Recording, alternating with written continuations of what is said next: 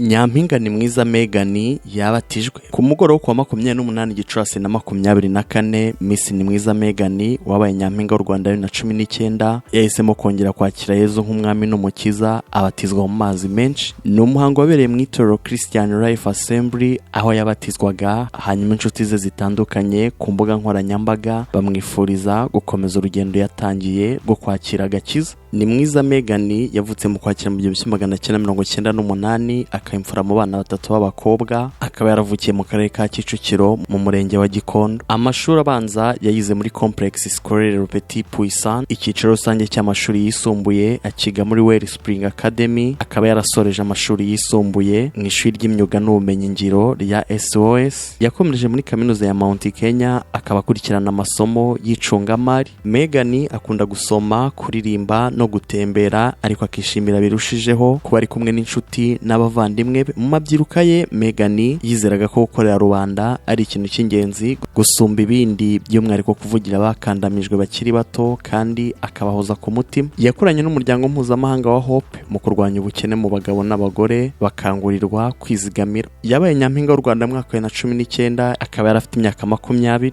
Icyo gihe abanyampinga w'u Rwanda niwe wagombaga guserukira u Rwanda muri Miss World 2019. Iryo rushanwa ryari kubera Pattaya muri Thailand ku nshuro ya 69, gusa ntabwo yaryitabiriye. Nyuma yo kuba nyampinga w'u Rwanda yanabaye umuyobozi muri Rwanda Inspiration Backup nk'umuyobozi ushinzwe itumanaho, gusa yaje gusezera kuri uwo mwanya aho byavuzwe ko yari afite akazi muri Prime Cement Limited, uruganda rwa sima rukorera Musanze. Asezera, Rwanda Inspiration Backup yagize iti turashimira cyane akazi gakomeye yadukoreye nk'umuyobozi ushinzwe itumanaho, turamwifuriza gutsinda neza mu bikorwa bye biri imbere. Yasezeye kuri uwo mwanya nyuma y'igihe gito muri Rwanda Inspiration Backup avukamo ibibazo byahagaritse Miss Rwanda. Megan ni umukobwa utuje, akaba ari umukristo aho yanongeye kubatizwa, akaba atemera tatuwaje. Megan avuga ko akunda abahanzi bose bo mu Rwanda, ariko akaba adashobora gukundana n'umuhanzi, ahubwo akaba yahitamo gukundana n'umukinnyi w'umupira w'amaguru. Megan kandi akunda ubuhinzi, akaba afite inzozi zo kuzakora ubuhinzi bya kinyamwuga